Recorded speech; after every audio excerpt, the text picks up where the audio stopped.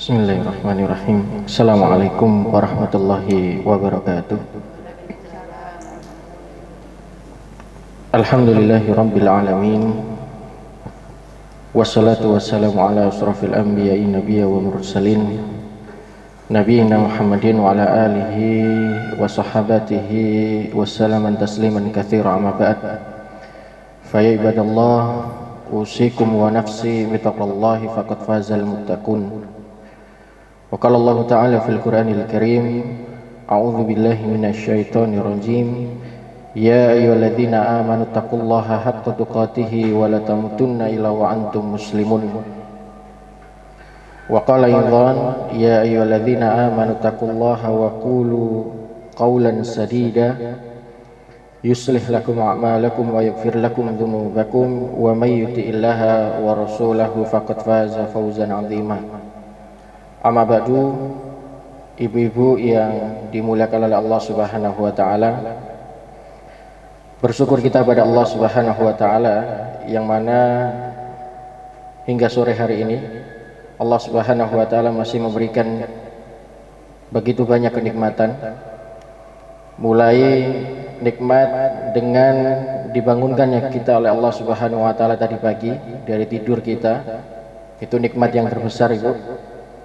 Dan ini persis sebagaimana yang dikhawatirkan oleh sahabat yang mulia Ali bin Abi Thalib radhiyallahu anhu. Hal yang paling aku takutkan adalah manakala Allah Subhanahu wa taala menidurkanku di malam hari, lantas di keesokan harinya Allah Subhanahu wa taala tidak memberikanku kesempatan untuk hidup kembali. Maka nikmat yang diberikan oleh Allah Subhanahu wa taala saat ini adalah dengan dihidupkannya kembali kita oleh Allah Subhanahu wa taala, nikmat terbesar. Dilanjutkan nikmat berupa keislaman, keimanan dan ketakwaan pada Allah Subhanahu wa taala. Semua nikmat iman ini, semua nikmat yang Allah Subhanahu wa taala berikan, Bapak Ibu sekalian, adalah punya kata kunci yang harus kita pegang. Kata kunci ini sebagai modal, sebagai pondasi khususnya bagi kaum muslimin maupun muslimat untuk mensyukuri nikmat Allah ini, yaitu la ilaha illallah, la ma'budu bihaqqin illallah. Yang maknanya kata para ulama adalah bukan tiada Tuhan selain Allah, tapi makna la ilaha illallah adalah la ma'budu bihaqqin illallah. Tidak ada sesembahan yang berhak diibadahi dengan benar semurni-murninya ibadah kecuali Allah Subhanahu wa taala. Itu asas tauhid kita, Bapak Ibu sekalian. Asas akidah kita dalam beragama Islam ini. Dan dari semua nikmat itu adalah wa in ta'udu nikmatallahi la tuhsuha. Wajibnya kita mensyukuri itu karena dari sekian banyak nikmat yang Allah Subhanahu wa taala berikan, maka kalau kita berusaha menghitung-hitung nikmat Allah, maka niscaya kita tidak akan pernah mampu untuk menghitungnya. Karena memang begitu banyak nikmat yang Allah Subhanahu wa taala berikan kan gitu. Maka sangat pantas dan wajar kalau kita senantiasa membasahi lisan kita, memuja, bersyukur kepada Allah Subhanahu wa taala. Dan apa Bu janji Allah dalam Al-Qur'anul Karim, la in syakartum la azidanakum. Kalau engkau bersyukur terhadap nikmat yang aku berikan, maka akan kutambah nikmatku untukmu. Justru kebalikannya, wala in kafartum inna adzabi lasyadid. Kalau engkau diberikan nikmat engkau tidak bersyukur, maka engkau harus perhatikan, awas, azabku sangatlah pedih. Maka saya rasa di sore yang mulia ini, ibu-ibu sekalian, tidak ada nikmat yang lebih berharga selain dimudahkan langkah kaki kita menuju rumah Allah Subhanahu wa taala ini. Setelah tadi mungkin kita menjalankan ibadah sholat asar gitu ya, dan saat ini kita memenuhi undangan kajian rutin gitu. Dan bersyukur kita ibu-ibu sekalian yang hadir pada sore hari ini, tanda kita dipilih oleh Allah Subhanahu wa taala. Tanda kita dikehendaki kebaikan oleh Allah Subhanahu wa taala. Jenengan yang hadir ini bukan orang sembarangan, orang-orang yang dipilih oleh Allah Subhanahu wa taala. Mengapa? Karena isyarat Nabi sallallahu alaihi wasallam, "May yuridillahu bihi khairan." Kalau Allah menghendaki suatu kebaikan, ibu-ibu sekalian, memilih seorang hamba baik muslim maupun muslimat, dipilihnya seorang tersebut maka Allah akan memilih untuk melakukan kebaikan. Kalau sudah dipilih oleh Allah Subhanahu wa taala, yufaqihu fiddin. Dipilih oleh Allah Subhanahu wa taala, dimudahkan langkah kaki kita menuju rumah Allah Subhanahu wa taala ini, yufaqihu fiddin. Dan kita dijadikan mudah dalam memahami ilmu agama Allah Subhanahu wa taala.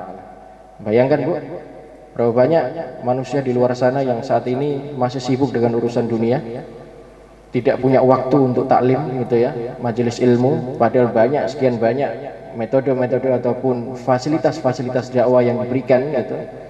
Tapi sangat sedikit dari mereka yang meluangkan waktu untuk berthalabul ilmu. Padahal apa pesan dari tabi'in dan juga para sahabat yang lain, khususnya dari Urwah bin Zubair rahimallahu taala, bahwasanya kita diperintahkan untuk senantiasa waktuhu haqqah, dan luangkan waktu untuk itu. Apa itu? Ta'allamul ilm, belajar ilmu agama yang benar. Wa sau'ata hal fid dunya akbar syai'in min jahil. Karena apa? Sungguh buruk, lebih daripada buruk, yaitu orang tua, mohon maaf Bu ya, yang bodoh. Apa maksudnya? Allah berikan begitu banyak nikmat sejak dia muda sampai remaja, dewasa sampai usia lanjut, tidak punya waktu untuk memahami ilmu agama Allah Subhanahu wa taala. Maka bersyukurlah kita yang sore hari ini hadir gitu, tepat waktu, kemudian duduk mendengarkan majelis ilmu, mencatat waqa'id, mencatat ilmu yang kami sampaikan, pulang dan mengamalkannya. Serta itu yang akan menjadi bekal amal soleh fid dunya wal akhirah. Kemudian yang kedua, ibu-ibu yang dimuliakan oleh Allah Subhanahu wa taala, tidak lupa mari kita sampaikan salawat dan salam kepada manusia terbaik yang kita sepakati. Dengan diutusnya beliau kita bisa tahu mana halal mana haram. Diutusnya beliau kita saat ini bisa merasakan manisnya Islam, nikmatnya iman, nikmatnya ibadah. Dengan diutusnya beliau kita bisa tahu mana syariat yang sesuai dengan tuntunan dan mana syariat yang mengada-ada. Dengan diutusnya beliau ditutup risalah kerasulan kenabian, dan kelak beliau satu-satunya seorang nabi wa rasul yang akan memberikan syafaat kepada umatnya, yaitu salawat dan salam senantiasa kita curahkan, kita haturkan, kita basahi lisan ini bersolat pada beliau, baginda Nabi sallallahu alaihi wasallam beserta para sahabatnya, keluarganya, wabil khusus mudah-mudahan kita yang sampai detik hari ini Bu ya masih merasa pengikut beliau, kelak biidznillah dengan izin Allah Subhanahu wa taala dapat diberikan syafaat oleh Nabi sallallahu alaihi wasallam dan masuk ke dalam surga firdausnya Allah Subhanahu wa taala. Amin amin ya rabbal alamin. Baik para jamaah yang dimuliakan oleh Allah Subhanahu wa taala, sore hari ini saya akan menyampaikan perihal fikih, karena saya diminta untuk menyampaikan fikih itu. Karena fikih itu banyak ya. Saya juga bingung sebetulnya apa yang mau sampaikan gitu. Kalau fikih ada fikih wanita itu, tapi memang butuh waktu yang lama kan itu. Maka saya memilih satu tema ya, fikih wanita tentang jenazah atau janais. Karena ini fikih ini saya rasa pas Pak ya, Bu, dengan situasi apapun, dalam kondisi apapun kita harus memahami tentang bagaimana hukum jenazah itu tadi, bagaimana kita merawat jenazah itu baik dari sisi syariat maupun dari sisi medis. Nah, pada kesempatan ini ibu-ibu yang dimuliakan oleh Allah Subhanahu wa taala, fikih seputar jenazah Bu ya. Khususnya saya akan membahas tentang bagaimana hukum merawat jenazah khususnya bagi wanita. Karena ini yang sering terjadi di tengah-tengah masyarakat kita dan kita alami, baik keluarga kita, tetangga kita pun pasti akan merasakan yang namanya menjadi jenazah gitu. Karena kita semua ini adalah camat Bu ya, calon mati. Kapan dan di mana wallahu alam, hanya Allah yang tahu. Tapi kita sebagai insan yang bertakwa dan beriman pada Allah Subhanahu wa taala harus mengimani yang namanya kematian. Saya rasa penting ibu-ibu sekalian kita mempelajari bagaimana hukum-hukum seputar jenazah. Dan mudah-mudahan pada kesempatan yang cukup baik dan singkat ini, waktu kita cukup, kita akan paparkan poin-poin penting saja yang sering terjadi ataupun permasalahan-permasalahan yang terjadi di tengah-tengah masyarakat kita seputar jenazah, wabil khusus jenazah wanita. Baik, mengapa saya pilih tema ini Bapak Ibu sekalian, atau Ibu-ibu sekalian yang dimuliakan oleh Allah Subhanahu wa taala? Karena pada hakikatnya Allah Subhanahu wa taala mengatakan dalam Al-Qur'anul Karim, a'udzubillahi minasyaitonirrajim, kullu nafsin dha'iqatul maut. Setiap yang bernyawa, siapapun dia, sehebat apapun dia, seperkasa apapun dia, pasti akan merasakan namanya kematian. Wa innama tuwaffawna ujurakum yaumal qiyamah. Dan sungguh hanya pada Allah lah nanti hari kiamat engkau akan dikembalikan. Faman zuhziya 'anil nar wa udkhilal jannah faqad faz wa mal hayatud dunya illa mata'ul ghurur. Dan sungguh dengan engkau nantinya, kita ini ibu-ibu sekalian dijauhkan dari api neraka dan dimasukkan ke dalam surganya Allah Subhanahu wa taala, maka itu adalah kemenangan yang besar. Jadi makna kesuksesan yang hakiki sesuai Al-Quran dan Sunnah ibu ya, adalah bukan saat ini kita punya kemewahan di dunia, punya status sosial yang tinggi, punya jabatan-jabatan yang tinggi. Tapi kemenangan yang hakiki menurut Quran dan Sunnah adalah dengan dijauhkan kita dari Allah Subhanahu wa taala, dari api neraka, dan dimasukkan dalam surganya Allah Subhanahu wa taala. Wa mal hayatud dunya illa mata'ul ghurur. Dan sungguh dunia ini Bu, guyonan gitu Bu ya. Hanya bercandaan saja. Pasti akan kita tinggalkan. Poin utamanya Ibu sekalian adalah kullu nafsin dha'iqatul maut. Siapapun kita, tidak melihat siapa kita, muda, tua, pasti kita akan menjumpai namanya kematian. Dan ini dikuatkan oleh Allah Subhanahu wa taala dalam Al-Qur'anul Karim, dalam surat Al-A'raf Bu ya. Surat yang ke nomor 7 ayat yang ke-34. Nanti bisa dilihat surat Al-A'raf surat ke nomor 7 ayat yang ke-34. Di situ Allah Subhanahu wa taala berfirman, a'udzubillahi minasyaitonirrajim, wa likulli ummatin ajal fa idza jaa ajaluhum la yastakhiruna sa'atan wa la yastaqdimun. Tiap-tiap umat manusia, Ibu-ibu sekalian, punya yang namanya ajal. Apa itu ajal, Bu? Batas umur. Batas akhir dari kita hidup di dunia ini. Kalau sudah sampai ajal kita itu, sudah sampai di titik batas umur kita, la yastakhiruna sa'ata wa la yastaqdimun. Kita tidak pernah bisa Ibu minta untuk ya dimajukan gitu atau dimundurkan. Dimajukan saja kita minta pada Allah, ya Allah mundurkan ajal saya walaupun 1 menit saja, itu nggak bisa. Apalagi dimundurkan gitu. Dan itu pasti yang akan menjumpai kita. Bahkan dalam ayat yang lain Allah mengatakan di dalam surat An-Nisa di ayat yang ke-78 Allah berfirman, a'udzubillahi minasyaitonirrajim, ainama takunu yudrikumul maut walau kuntum fi burujihim musyayadah. Ingat, kematian yang kita ini Bu kadang menghindar darinya, sembunyi, delik itu ya, takut atau bahkan menghindari kematian, pasti akan menjumpai kita. Pasti akan menemui kita.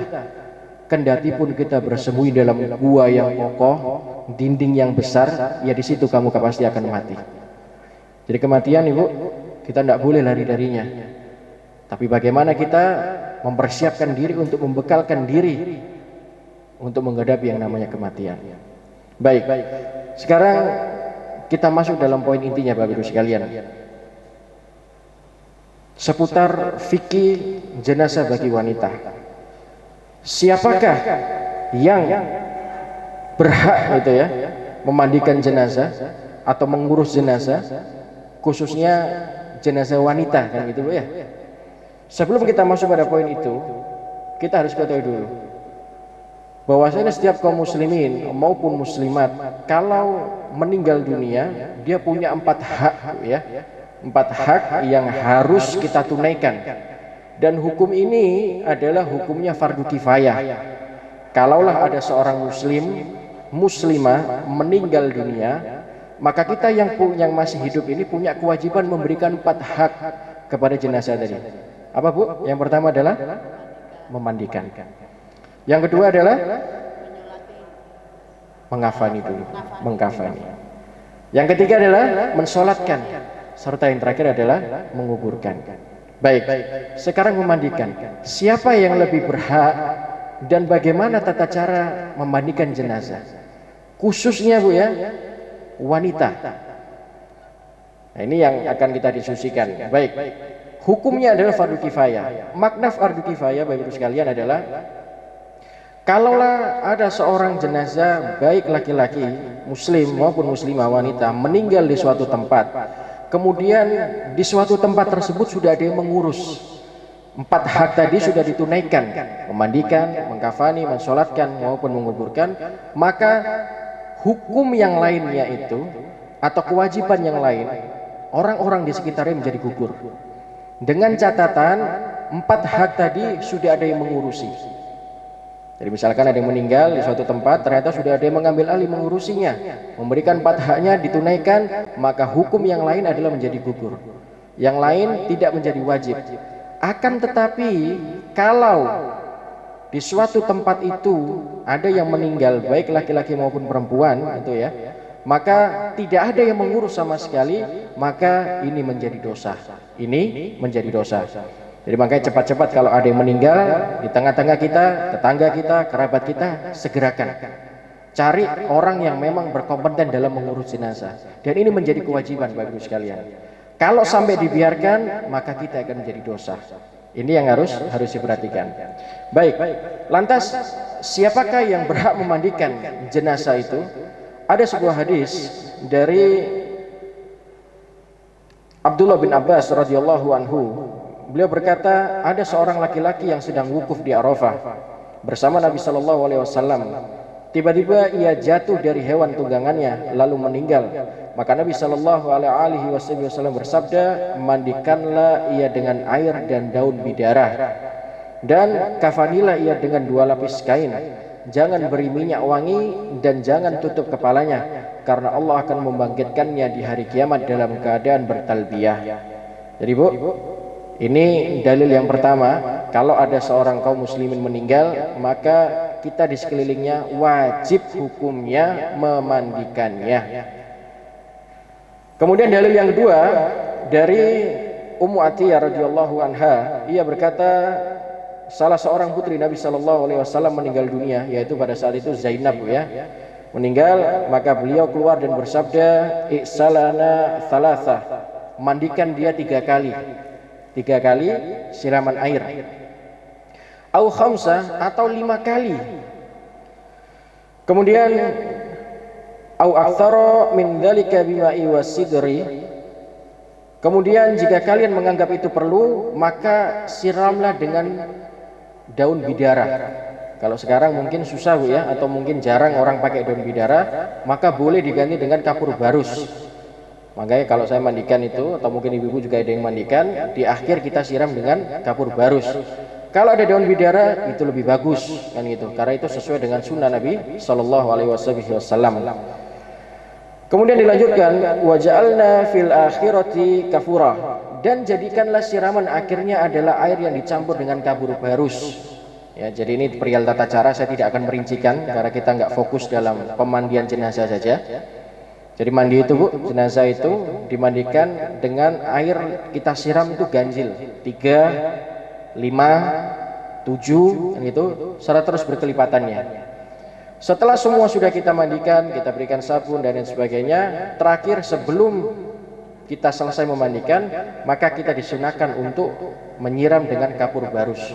Di kapur barus itu ya sudah ditumbuk gitu sampai halus, kalau bisa sampai benar-benar hancur, maka itu disiramkan. Apa fungsinya, apa maknanya? Untuk mengawetkan supaya terjaga wanginya,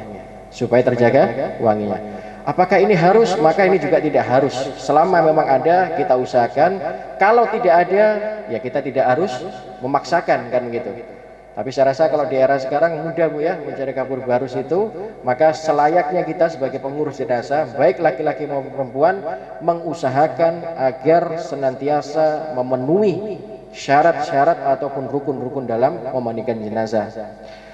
Kemudian Fa'idha faratuna fa'adhini, kalau kalian sudah selesai maka biarkan aku masuk.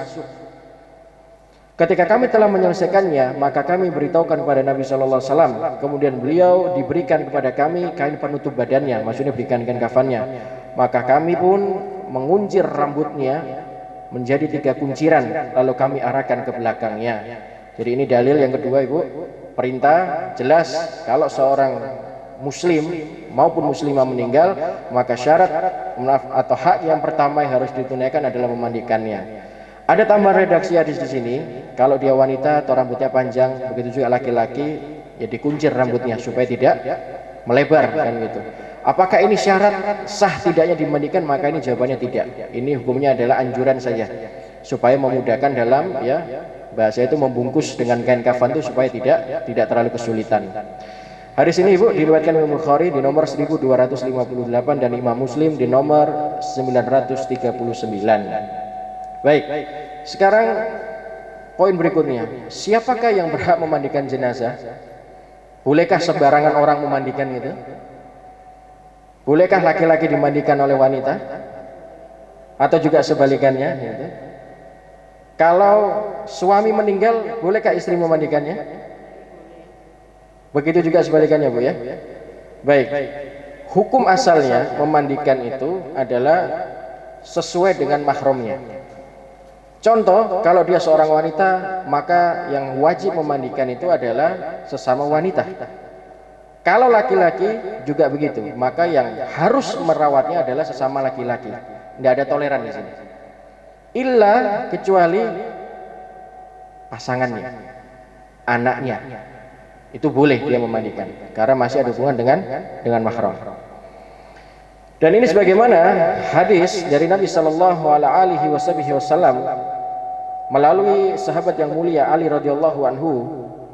Beliau mengatakan, aku memandikan Rasulullah sallallahu alaihi wasallam dan aku memperhatikan jasad beliau seorang tidak ada celaknya. Jadi maksudnya wajahnya bersih, nurnya tampak gitu ya. Jasad Nabi sallallahu alaihi wasallam itu bersih Bu. Ya, bahkan sampai dalam sebuah hadis itu dikatakan, walaupun ini diperselisihkan para ulama, putihnya melebihi putihnya sinar matahari. Memang begitu terang nurnya, begitu jelas bersihnya. Wajar beliau seorang nabi dan rasul kan gitu. Dan jasad beliau bagus ketika hidup maupun ketika sudah wafat. Dan yang menguburkan beliau adalah dan menutupi beliau dari pandangan orang-orang yang 4 orang, yaitu Ali bin Abi Thalib, Al-Abbas, Al-Fadil bin Abbas, dan Saleh, pembantu Rasulullah sallallahu alaihi wasallam. Dan aku juga membuat liang lahat untuk Rasulullah sallallahu alaihi wasallam dan di atasnya diletakkan batu bata. Jadi jelas kalau seorang laki-laki Bu ya, hukumnya wajib yang memandikan adalah seorang laki-laki juga. Kemudian juga dikatakan di sini adalah bagaimana para sahabat membuatkan liang lahat, yaitu liang atau makam untuk Nabi sallallahu alaihi wasallam dan meletakkan batu bata di atasnya. Perhatikan Bu ya, kuburan itu ya sunnahnya makam seperti biasa, kuburan biasa, tidak dikijing ya, tidak ditinggikan. Coba perhatikan Bu, kalau di Timur Tengah sana itu atau mungkin di Arab sana nggak ada Bu, makam seperti di Baratu seperti ini, tinggi-tinggi dikijing, itu tidak ada. Dan itu tidak sesuai dengan sunnah Nabi sallallahu alaihi wasallam. Sunnahnya ketika seorang meninggal disiapkan yang lahat, dimakamkan, sudah ditutup, dipendem gitu ya, dikasih tanda. Kalau sekarang mungkin nisan itu ya, tidak apa-apa, hanya sebatas itu. Tapi tidak boleh kita meninggikan itu. Bahkan sampai ada ulama mengatakan ini suatu perbuatan bid'ah, perbuatan yang mengada-ada. Dan ini tidak sesuai dengan sunnah Nabi sallallahu alaihi wasallam. Ini kalau kita bicara hukum syariat. Lantas Ustaz bagaimana kalau sekarang sudah terjadi? Ya sudah, apa boleh buat kan gitu. Maka saat ini kalau kita sudah tahu hukumnya, ya ke depan jangan sampai kita membuat seperti itu. Saya sendiri sudah wasiat pada istri saya, keluarga saya, kalau saya meninggal jangan dikijing. Ada suara, loh nanti akan hilang makamnya, hilang jasadnya, hari kiamat Allah bangkitkan utuh lagi jasad saya kan gitu. Itu yang harus kita yakini. Kadang kita muncul syubhat, remang-remang itu, samar-samar, wah nanti kalau nggak dikijing gitu ya, kalau nggak dikasih bangunan nanti hilang, kependem dengan jenazah-jenazah lain misalkan gitu. Ini syubhat, kita tidak boleh ragu untuk itu. Iya saat itu hilang gitu, tapi nanti Allah bangkitkan hari kiamat utuh lagi jasad kita gitu. Yang penting adalah bagaimana kita mendoakan jenazah itu tadi. Tidak usah khawatir jasad itu akan hilang dan sebagainya. Jenazah, jasad itu akan jadi tulang belulang. Ruh hidup di alam barzah, alam kuburan kan gitu. Tidak usah khawatir untuk itu. Percuma kita punya bangunan makam itu, pemakaman kuburan tingginya 10 meter misalkan, tapi tidak pernah didoakan kan gitu. Percuma aja kan gitu. Lebih baik makamnya tidak nampak, tapi pahala peringanan siksa kubur itu ada, Bu. Doa dari keluarga mengalir terus. Makanya Bu, pesan Nabi SAW, idza matal in qanta anu amalu. Kalau anak cucu Adam manusia ini meninggal, terputus semua amalan. Illa min thalath. Kecuali 3 hal Bu ya. Apa Bu? Shadaqatin jariyah. Sedekah ini Bu yang bisa menerangkan bahkan menghilangkan azab kubur. Yang kedua, ilmu yang manfaat.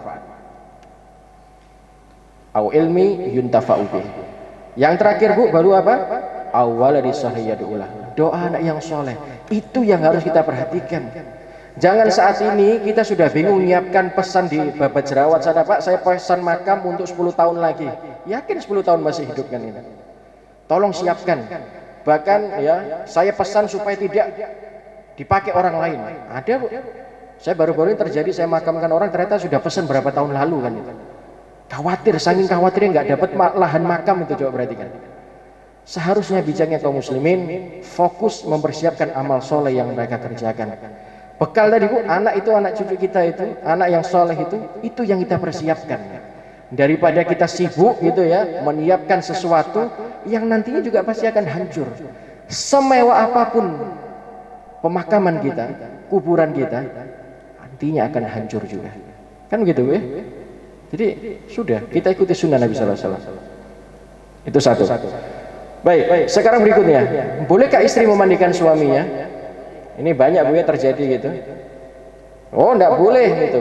Tadi saya dengar ada yang jawab boleh. Baik, kalau boleh, kenapa muncul peristiwa-peristiwa? Ini saya melihat sendiri soalnya Bu ya. Biasanya saya kalau mandikan mau setelah mengkafani itu, saya habis mandikan jenazah, kita kafani. Kemudian sebelum saya tutup wajahnya itu, kemudian istrinya mau cium nggak boleh. Ini benar nggak kira-kira seperti ini Bu? Mau cium, air matanya jangan sampai netes, karena sudah suci. Bayangkan, mau cium suaminya nggak boleh, karena sudah suci. Kemudian nanti kalau dia air matanya tetes, memberatkan dia, atau mungkin ya akan jadi kotor lagi. Coba, benar nggak pemahaman-pemahaman seperti ini Bu? Baik. Jawabannya adalah pemahaman seperti ini tidaklah benar. Tidak benar. Dari awal saja Bu, memandikan suami memandikan istri atau kebalikannya itu dianjurkan. Dan ini berdasarkan hadis dari Nabi sallallahu alaihi wasallam melalui istrinya Bu ya, Aisyah radhiyallahu anha, "Lau muti qabli la ghaztuki wa kantuk." Jadi, kalau Nabi sallallahu alaihi wasallam meninggal, seandainya engkau mati sebelumku, pasti aku akan memandikanmu. Ini perkataan dari Aisyah Bu ya. Aisyah mengatakan, "Lau muti qabli la ghasduk wa kaftuni." Kalau engkau ya Rasulullah meninggal lebih dahulu daripada aku, pasti aku akan memandikanmu. Maknanya apa Bu? Kebalikannya. Kalau seorang istri pun yang meninggal terlebih dahulu, maka seorang laki-laki suami tadi boleh memandikan kan gitu. Kemudian dalam hadis yang lain, seandainya engkau mati sebelumku, pasti aku akan memandikan dan mengangkatmu atau mengafanimu. Maka kemudian Rasulullah SAW ketika ditanya, wahai Rasulullah, mengenai aurat kami ini, kepada siapa boleh kami tampakkan dan kepada siapa yang tidak boleh ditampakkan? Kemudian Rasulullah SAW menjawab, tutuplah auratmu illa man zaujitika au ma malakat yamluk, kecuali illa kecuali kepada istrimu dan budak wanitamu. Hadis ini riwayat Tirmidzi di nomor 2794 dan dihasankan oleh Syekh Albani rahimallahu taala. Jadi Bu, kalau sekarang kita perhatikan di tengah-tengah masyarakat kita, suami atau kebalikannya sudah dimandikan meninggal gitu ya, mau ditutupkan kafannya gitu, kemudian istri atau suaminya mau cium, nggak boleh. Itu pemahaman yang keliru. Itu adalah pemahaman yang keliru. Ustaz, nanti najis. Najis dari mana ini suaminya kok nggak boleh cium istrinya, itu gimana ceritanya? Oh itu sudah cerai. Cerai dari mana gitu, suaminya hanya meninggal dunia saja kan gitu. Coba logika berpikirnya di mana seperti itu. Seorang suami yang meninggal, ini suaminya, dia tidak cerai dunia loh, dia hanya berpisah dengan akhiratnya saja nanti kan gitu. Ini masih sah suami dan istrinya, masa mau cium nggak boleh? Kan aneh kan itu. Dan ini semua pemahaman-pemahaman yang tidak bersumber dan juga tidak bisa dipertanggungjawabkan. Jadi ngawur Bu ya, ngasal gitu. Kemudian muncul lagi, jangan netes air matanya, nanti berat, jadi najis. Najis dari mana? Orang sudah dimandikan ya sudah bersih. Kalau hanya dikhawatirkan kotor, iya. Tapi jangan sampai mengeluarkan kata-kata, ini jenazah akan jadi najis lagi misalnya. Tidak seperti itu Bu. Ya, logika berpikirnya tidak seperti itu. Jenazah Bu sudah dimandikan, ya sudah dimandikan sebagaimana biasa, syarat rukunnya dipenuhi, dia menjadi jenazah, selesai dikafankan gitu, sudah ditutup, disolatkan, dikuburkan, hanya sebatas itu. Jangan ditambah-tambahi, oh ini nanti kalau dicium akan jadi batal wudunya yang tadi sudah dimandikan itu, akan jadi najis lagi. Ini semua perkataan-perkataan dusta Ibu, tidak bisa dipertanggungjawabkan. Coba Ibu silakan cari dalilnya, kalau ada tunjukkan ke saya, pasti tidak akan pernah kita jumpai. Lu justru Aisyah sendiri itu mengatakan, kalau engkau meninggal ya Rasulullah, maka aku yang akan memandikanmu. Begitu juga sebalikannya. Jadi kalau sekarang ada yang mengatakan, oh tidak boleh, ayo jangan netes air matanya gitu, ada Bu ya biasa gitu ya, ayo disayang, dicium, atau mungkin bahkan lebih saklek lagi, jangan dicium, sudah suci. Loh bayangkan, emang istrinya ini najis itu, kok nggak boleh cium suaminya sudah meninggal gitu. Kan nggak masuk di akal gitu ya. Jadi itu pemahaman yang keliru.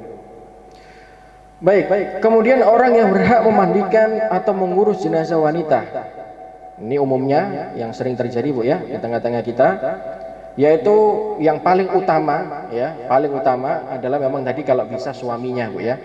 Tapi memang karena terkendala biasanya kalau suami itu kan sendiri Bu ya, sedangkan memandikan jenazah itu minimal 2 atau 3 orang kan itu, karena perlu bantuan di dalam kan gitu.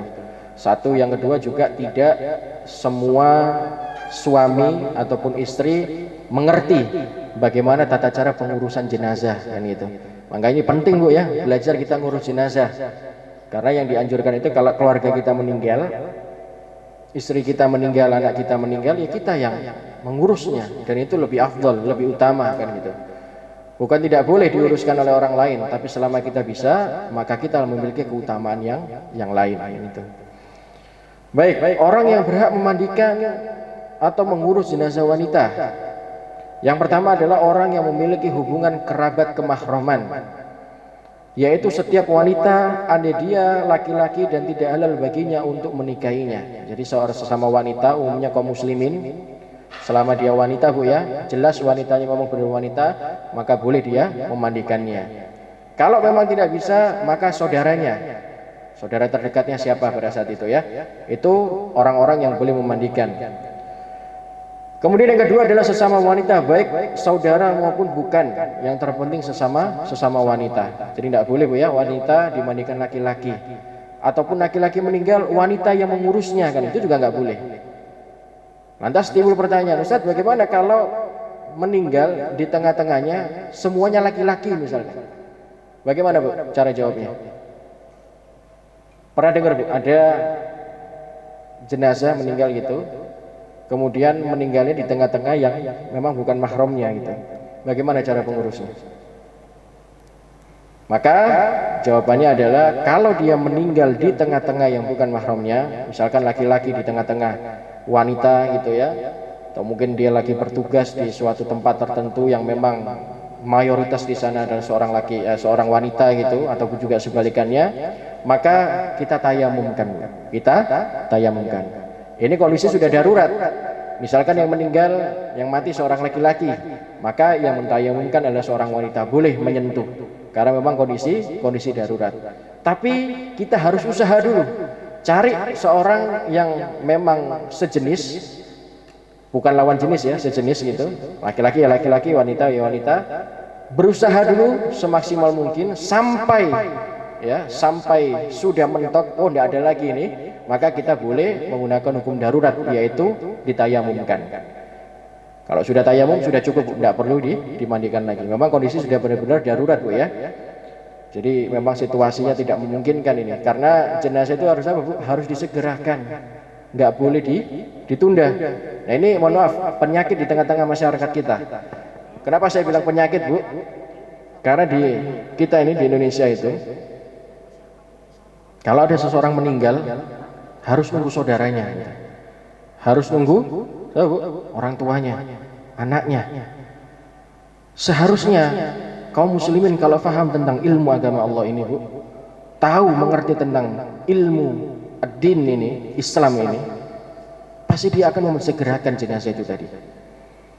Bayangkan Bu, ada yang jenazah itu meninggalnya hari Kamis misalkan itu ya, dimakamkan baru hari Jumat siang gitu. Kasihan Bu jenazah itu, meninggalnya sudah maghrib hari Kamis gitu, atau Kamis siang hari gitu, dimakamkan baru hari Jumatnya gitu. Kasihan Bu jenazah itu. Jenazah itu harus disegerakan.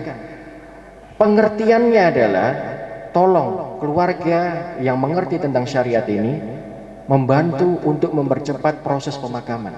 Jangan ditunda. Jangan tunggu orang tuanya belum datang, anaknya belum datang. Saat ini sudah semakin canggih Bu. Ada apa Bu? Komunikasi video call. Bayangkan zaman Nabi SAW, para sahabat tidak ada handphone Bu, nggak ada HP, nggak ada komunikasi, nggak ada Zoom, nggak ada WA, nggak ada video call itu. Disegerakan. Kita saat ini semakin canggih itu harus tunggu. Belum lagi nanti pesawat anaknya dari luar pulau misalkan, delay lah dan sebagainya, tertunda lagi lah pemakaman. Kasihan jenazah ini. Karena dalam sebuah hadis itu Bu, jenazah itu kalau dia meninggal, dia seorang muslim beriman pada Allah Subhanahu wa taala, dia berkata untuk segera minta dimakamkan. Karena dia tahu Bu, kalau dia sudah dimakamkan dia akan mendapatkan nikmat dari nikmat kubur. Tapi sebalikannya dia fasik, munafik, atau bahkan wa naudzubillah dia kafir, maka dia akan minta untuk diperlambat, karena dia tahu kalau dia sudah dimasukkan dalam liang lahat, masuk dalam barzah itu, maka dia akan disiksa oleh para malaikat. Itu perbedaannya. Dan tolong Bu ya, ini pelajaran untuk kita, kalau jumpai jenazah segerakan, jangan ditunda, jangan nunggu ya, berbagai macam prosesi-prosesi. Islam ini mudah Bu ya. Ada meninggal, tunaikan 4 haknya, mandikan, kafani, sholatkan, kuburkan, selesai. Setelah itu jangan buat ritual-ritual lain, talqin lah dan sebagainya. Talqin itu sebelum dia sakaratul maut, lakinu mautakum la ilaha illallah. Talqinkan orang yang mau sakarat, mau naza itu sakaratul maut itu, talqin, ajari dia la ilaha illallah, bukan dibacakan surat Yasin. Kalau baca surat Yasin 60 ayat kayak surat 65, 98 ayat dan seterusnya itu keburu sakratul maut. Ya. Perintahnya hadisnya lakitanu mautakum la ilaha illallah. Talqinkan, perdengarkan kalimat la ilaha illallah. Itu perintahnya. Ya, itu perintahnya. Baik, kita lanjutkan. Kemudian poin berikutnya, wanita boleh memandikan anak kecil baik wanita maupun laki-laki.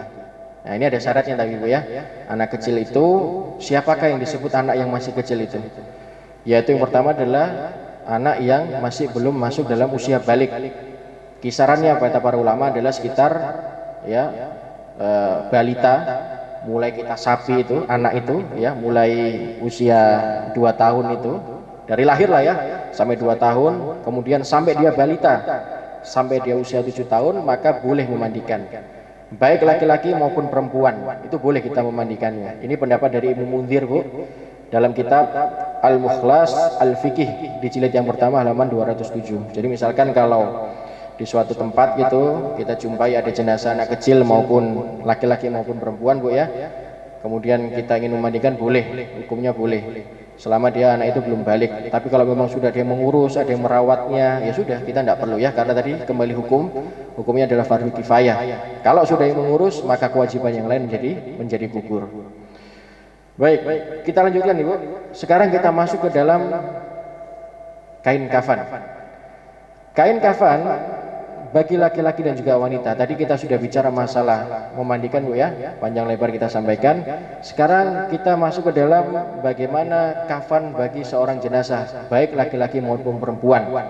Untuk perempuan Ibu, maka disunahkan itu adalah 5 lembar kain kafan. Kalau laki-laki itu cuma 3, lebih dari itu juga boleh. Biasanya itu lebih dari 3 itu karena biasanya badannya mohon maaf agak besar gitu ya, jadi sehingga akhirnya kadang perlu dijahit gitu atau mungkin ditambah kain kafannya gitu, yang penting ganjil kan gitu ya. Kalau wanita mengapa? Karena ada aurat yang harus ditutup, karena kalau cuma 3 lembar mohon maaf pasti akan terlihat auratnya. Makanya kalau 5 kemungkinan masih bisa tertutup, 5 atau 7 kan gitu. Itu jenis kain kafannya. Apakah ada kain kafan khusus gitu yang harus dipakai? Maka jawabannya tidak ada. Kain apapun Bu yang selama bisa menutupi gitu ya, menutupi auratnya gitu, maka itu dibolehkan. Misalkan kita tidak jumpai kain kafan atau mungkin kain yang bisa menutup auratnya, maka kita boleh pakai kain apapun selama kain itu bisa menutupi auratnya. Ini kalau kondisi darurat Bu ya. Kalau sekarang kain kafan sudah dijual di mana-mana kan itu, banyak. Bahkan kita sudah bisa mempersiapkan gitu. Mungkin kalau di sini di Al-Ikhlas ini sudah ada ya bagian perawatan jenazah, sudah ada subseksinya, itu sudah siap semua kan begitu. Itu kita bicarakan kafan. Kemudian disunahkan menambah sarung atau jilbab dan gamis bagi mayat wanita. Biasanya kalau wanita Bu ya, ini hukumnya sunnah. Kalau tidak pun juga nggak apa-apa gitu. Biasanya kalau wanita itu apa Bu, dikasih mukena gitu ya, itu boleh, itu memang disunahkan. Tapi kalau nggak ada, apakah nggak sah kemudian kain kafannya? Ya juga enggak gitu. Itu juga tidak menyebabkan batalnya rukun dari memandikan jenazah. Ini sampai jam berapa? Jam 5 Bu ya? Waduh, kurang 10 menit. Saya belum menyampaikan perihal kurban ini sebetulnya. Baik, kita lanjutkan Bu ya. Kemudian kita masuk dalam sholat jenazah. Di manakah posisi imam sholat jenazah? Itu. Pernah lihat Bu, imam sholat jenazah kalau wanita di mana Bu? Di tengah. Kalau wanita di tengah. Ini berdasarkan hadis dari Nabi sallallahu alaihi wasallam, fasalla 'alaiha Nabi sallallahu alaihi wasallam faqama wasataha. Seorang wanita meninggal kemudian Nabi sallallahu alaihi wasallam mensolatinya, faqama wasataha. Beliau berdiri di bagian tengah perutnya. Jadi Bu, kalau kita datang ke suatu masjid kemudian ada sholat jenazah gitu ya, kita perhatikan sebenarnya kita sudah bisa melihat dari imam itu posisinya di mana. Kalau imam sholat berdiri, sholat jenazah berdirinya di kepala, berarti jenazahnya laki-laki. Kalau berdirinya di tengah, berarti dia seorang wanita jenazahnya, kan gitu. Kemudian doa yang dibaca adalah Allahumma firlahu warahmu wa'afi wa'fanu dan seterusnya, itu untuk laki-laki. Sebetulnya Bu, kita kalau mau jujur ya, menurut hadis laki-laki maupun perempuan itu hadisnya cuma satu, Allahumma firlahu dan seterusnya. Hanya ulama berpendapat kata ganti hu untuk wanita diganti dengan ha, Allahumma firlaha warahmahu wa'afi wa'fuanha. Jadi kalau ada orang kemudian sholat jenazah perempuan dia membaca Allahumma firlahu warahmu, jangan disalahkan, dia mengikuti hadis itu ya, dibolehkan gitu. Misalkan dengar, wah kok pakai Allahumma firlahu, padahal jenazahnya wanita gitu. Kita nggak boleh menyalahkan. Karena menurut hadis memang seperti itu ya. Takbir pertama baca suratul Fatihah, takbir kedua baca sholawat Nabi, takbir ketiga baca doa untuk mayit tadi, Allahumma firlahu dan seterusnya. Takbir yang keempat, Allahumma la tarimna anjurahu wa la taftina ba'da waghfir lana walaha. Kalau nggak hafal boleh diganti Rabbana atina fid dunya hasanah dan seterusnya. Nggak hafal juga diam. Ngikuti imam salam, setelah itu salam. Itu boleh Bu ya. Kemudian salam Bu, jangan heran kalau di Arab Saudi sana salamnya cuma sekali. Coba perhatikan kalau dibuka di YouTube Bu ya. Sholat jenazah di Masjidil Haram atau Masjid Nabawi, pokoknya daerah Timur Tengah lah. Imam itu cuma salamnya sekali. Assalamualaikum warahmatullahi, selesai. Karena yang menjadi wajib adalah cuma salam satu kali ke kanan. Di sana seperti itu Bu. Kalau di sini diterapkan judulnya beda nanti. Oh sesat ini imamnya. Padahal menurut hadis itu ya memang cuma sekali. Salam cuman ke kanan aja yang wajib. Yang kiri hukumnya adalah sunnah. Tidak wajib. Baik, kita lanjutkan Ibu. Mudah-mudahan masih nutut ya. Kita masuk sekarang bagaimana hukum kematian wanita yang hamil. Pernah jumpa Ibu, ada wanita sedang mengandung terus hamil gitu ya. Terus bagaimana cara penanganannya Bu? Baik, kita rincikan. Kalau seorang wanita meninggal dunia dalam kondisi mengandung, hamil Bu ya. Kalau kandungan itu secara medis dan bisa dipercaya, bisa dipertanggungjawabkan, janinnya itu masih ada harapan untuk hidup, dilihat di USG gitu ya, oh masih ada kemungkinan hidup ini, maka wajib hukumnya wanita yang meninggal tadi dibedah, dioperasi, dikeluarkan janinnya, menyelamatkan janin tadi karena ada kemungkinan dia masih hidup dan bisa dipertanggungjawabkan, maka hukumnya wajib. Dan ini Ibu sama sekali tidak mengurangi kehormatan jenazah tadi atau ya bermaksud yang tidak baik, tidak. Tapi ini hukum darurat karena ada kemungkinan janinnya masih hidup, maka kita punya kewajiban untuk menyelamatkannya. Punya apa Bu? Kewajiban menyelamatkannya. Kemudian bagaimana janin yang keguguran? Nah, ini permasalahan beda lagi. Kalau tadi ibunya yang hamil dalam kondisi mengandung, maka ada kemungkinan janinnya yang masih hidup, maka harus kewajiban kita menyelamatkan, dioperasi kan itu. Lantas bagaimana kalau kebalikannya, janinnya yang meninggal, ibunya hidup, dia keguguran gitu. Ini ada hadis dari Nabi SAW, diriwayatkan oleh Abu Daud Bu ya, dan disahihkan oleh Syekh Albani. Beliau mengatakan wasaktu yusalla alaihi wa idu'al laudaini wa magfirati wa rahmah. Janin yang mati karena keguguran dan telah berumur lebih dari 4 bulan, maka dimandikan dan disolatkan. Jika 4 bulan atau kurang, maka tidak perlu, berdasarkan hadis dari Nabi SAW Al-Mughirah bin Syu'bah secara marfu. Jadi Bu ya, yaitu janin yang mati keguguran dan dia disolatkan dan didoakan ampunan serta rahmat untuk kedua orang tuanya. Jadi dilihat Bu ya, kalau janin itu sudah lewat 4 bulan gitu, maka kalau bisa ya diambil gitu ya, dirawat sebagaimana jenazah pada umumnya. Karena usia kandungan 4 bulan itu sudah ditiupkannya ruh Bu ya. Ruh, Allah mengatakan dalam surat Al-A'raf itu ayat 172 Bu, nanti bisa dilihat ya. Allah mengatakan wa ta'khadha rabbuka min bani adam dzuhurihim dzurriyyatuhum. Ada interaksi Bu, ketika Allah akan meniupkan ruh dalam kandungan itu usia 4 bulan, ada mengatakan 4 bulan 120 hari. Ditanya, apakah aku ini Tuhanmu? Perbincangan antara Rob kita dengan si jabang bayi tadi, apakah aku ini Tuhanmu? Dijawab, qalu bala ya Rob, kau Tuhan kami. Alastu bi rabbikum? Qala bala syahidna, kan gitu. Katakan, ya engkau benar, engkau Tuhan kami. Dan itulah ditiupkannya ruh. Makanya kalau ada janin usia 4 bulan, sudah lewat 4 bulan, maka kita wajib untuk mengurusnya sebagaimana mengurus jenazah pada umumnya. Kalau tidak sampai 4 bulan, maka cukup kita mendoakannya. Tidak perlu kita urus atau tidak perlu kita rawat sebagaimana jenazah pada umumnya. Dan ini juga berlaku hukum Bu ya. Kalau misalkan Ustaz, bagaimana hukum aborsi gitu ya, mohon maaf agak kasar Bu ya, aborsi.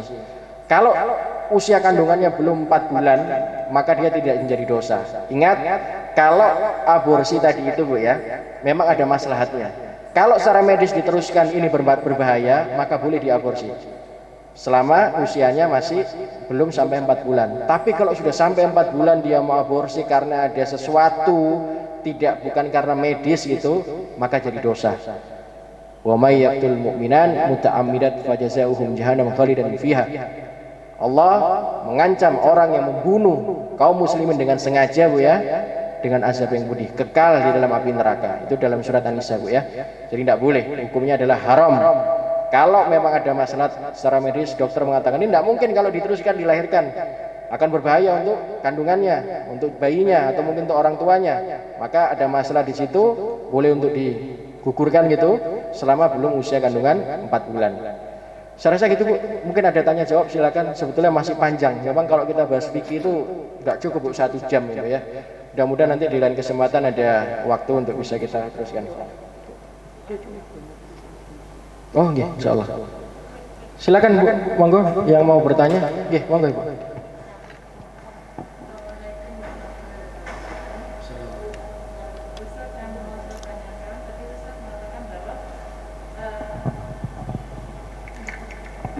Bahwa janin yang telah 4 bulan itu seandainya ada masalah dengan si jabang bayi, misalnya kalau dilahirkan mungkin cacat atau apa gimana, itu yang kalau tetap diaborsi itu yang berdosa orang tua atau dokter yang melaksanakan, Ustaz?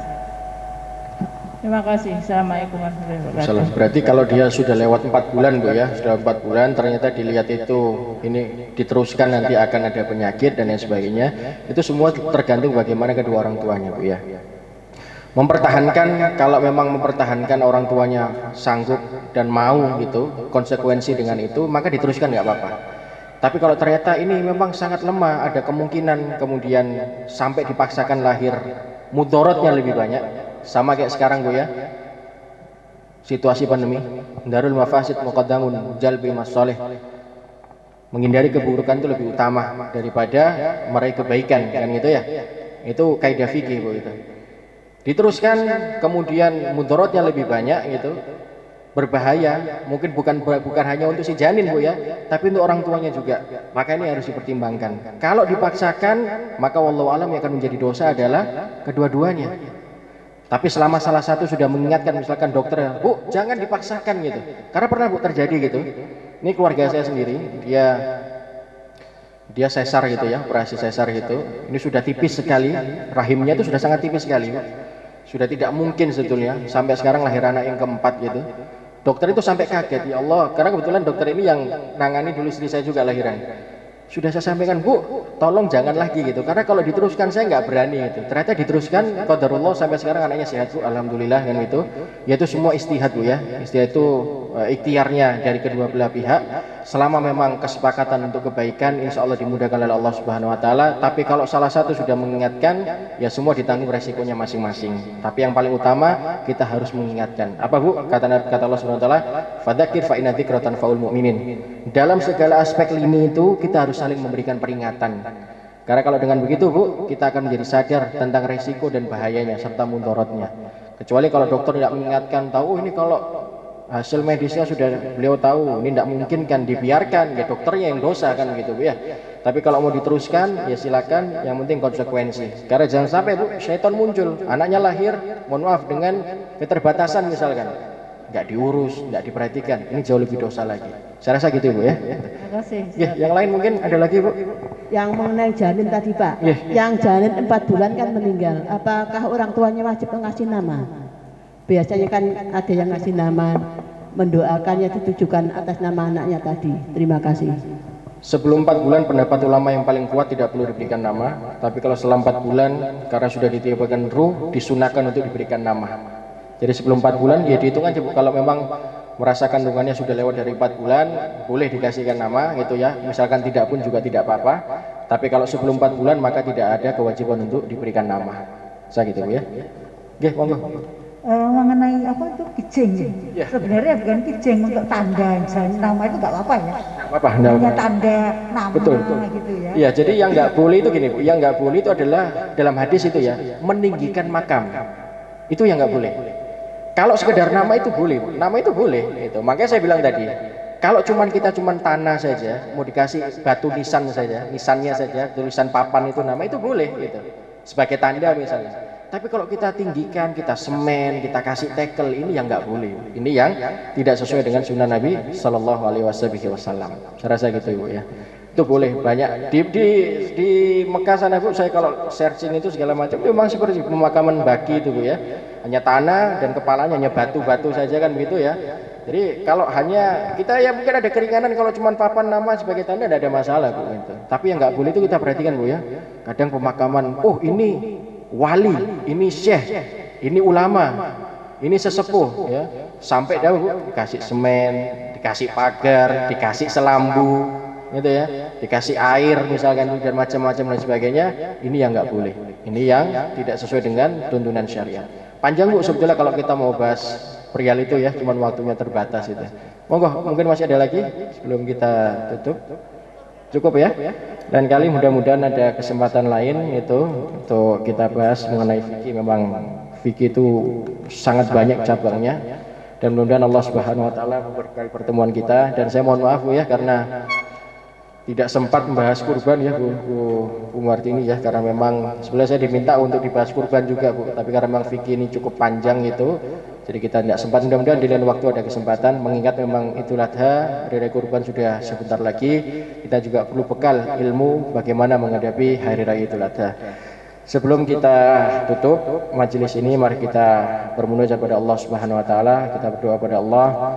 Mudah-mudahan majelis kita ini diberkahi oleh Allah Subhanahu wa taala, diistiqomahkan kita di atas iman dan Islam, menuntut ilmu yang syar'i, dan juga kita doakan saudara-saudara muslim kita yang sedang ditimpa musibah Palestina, Suriah, Myanmar dan sebagainya. Mudah-mudahan Allah menerima seluruh amal ibadah mereka, diterima para syuhadanya.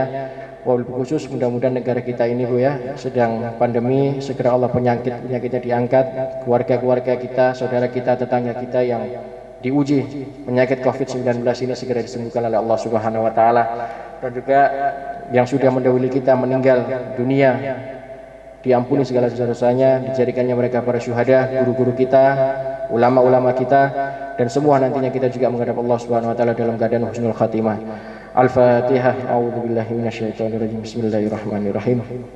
Alhamdulillahirabbil alamin. Arrahmanirrahim. Maliki yaumiddin. Iyyaka na'budu wa iyyaka nasta'in. Ihdinas siratal mustaqim. Siratal ladzina ghairil maghdubi 'alaihim waladdallin.